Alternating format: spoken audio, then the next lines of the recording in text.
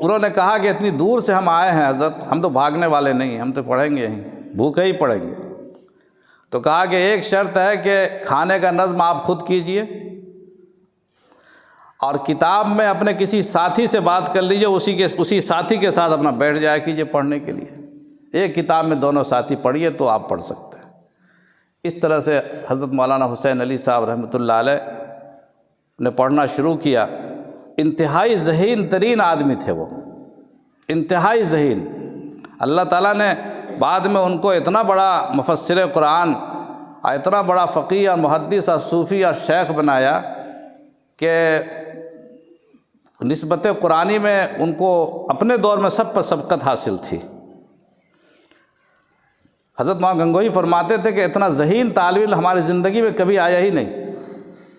حضرت گنگوہی کی زندگی میں، میری زندگی میں اتنا ذہین لڑکا کوئی نہیں آیا اب تک پڑھنے کے لیے۔